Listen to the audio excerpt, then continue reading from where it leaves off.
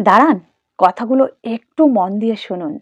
আমরা মোমবাতি জ্বালিয়ে মৃতদেরকে স্মরণ করি, আর মোমবাতি নিভিয়ে জন্মদিন পালন করি।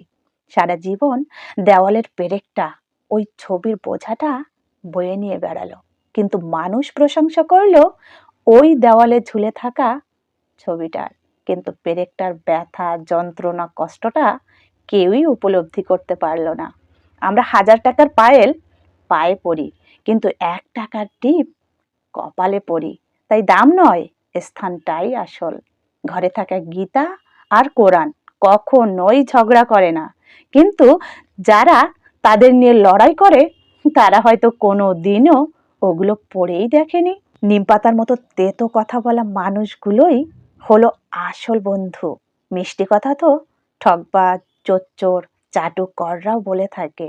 ইতিহাস সাক্ষী আছে, লবণে কোনো দিনও পোকা লাগেনি, কিন্তু মিষ্টিতে প্রায়শই পোকা লাগে।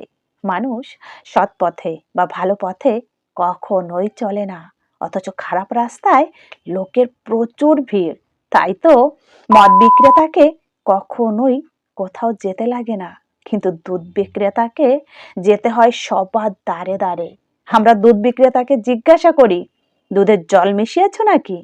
অথচ মানুষ নিজের হাতে মদে জল মিশিয়ে খায়।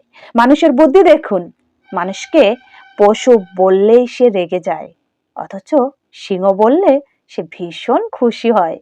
অথচ সিংহই কিন্তু একটি পশু। সত্যি, মানুষ বড়ই বিচিত্র। মানুষের শোনে কম, বোঝে বেশি।